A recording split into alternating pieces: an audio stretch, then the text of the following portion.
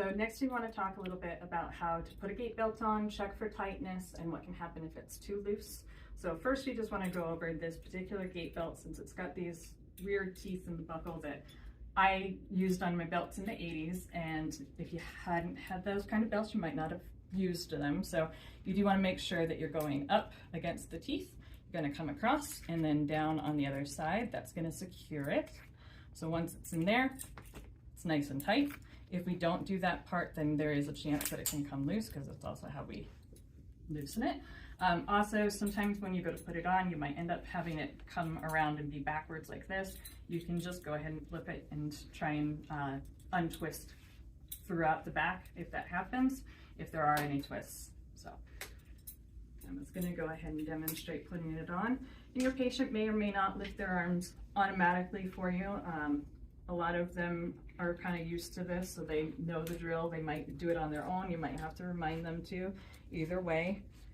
So the initial tightening, just kind of bringing it against my stomach until there's not a lot of give, and then brings the tail in. So then she wants to check the tightness to make sure it's tight enough. So I'm just gonna tuck my tail first. Okay, so we want to always make sure that we can get those 4 fingers underneath so we can get a good grip if we needed it. So this is a nice tightness. She just got her fingers under there. There's not any gapping or anything like that.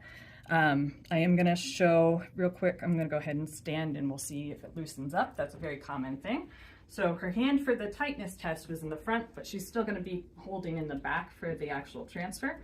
Then when she comes in the front, she's going to double check, make sure that it's still tight. So she had to bring it in a couple inches, whatever, just to make sure that it's, again, 4 fingers and not a lot of space. So the other thing that can happen is if we started off very loose, so like this, now if worst case scenario and she did need to use it, you can see it's already rising up, and theoretically I could get it all the way up to here. So that is certainly way too loose. We always want to make sure that it's at least snug, or a little snug, as Emma likes to say. So depending on whether or not you feel like your patient's going to be comfortable with it is how tight you might get it. We have some patients that have dementia or might have like fractures that could make it more uncomfortable if it's as tight as it can be. So we might vary the placement. Usually that will be in the care plan, either putting it either lower or higher. The other thing is, your patient may or may not refuse. We want to make sure that we encourage them to use it for safety concerns. If you have someone who has dementia and says, I'm not going to use it, no, no, no, and then they start swinging at you, well, you might want to take it away for your safety, and obviously you're not going to be able to get it on them. So do your best, but we understand that sometimes more aggressive patients, we might not be able to get it on them, and those would be kind of our exceptions to the rule of everybody should have a gait belt if you need to assist them. So the other placements would be, so sometimes we have patients that are a little bit more apple-shaped, which just means that they carry their weight kind of located over their waist. So ideally we want this at the narrowest part of our waist so that it's not going to be too loose and pull up if I'm narrower up top.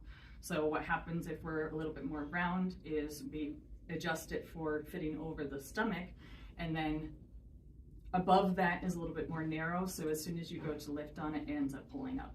So sometimes that will happen and we will notice it and we will put in the care plan to try and place it high. So in that case, we might put it, especially for women, above the breast tissues so that we're not squishing anything. Or on a gentleman, you might put it right there or wherever you feel comfortable with it, that you can still get a good handle on it without feeling like you're going to be hurting your shoulder. So again, that should be in the care plan if there's anything like that. Sometimes if there's a surgical incision or an ostomy bag or something like that, you may need to vary the placement for that sake as well. Again, that would be in the care plan, and if not, feel free to tag one of us and we'll let you know. Okay.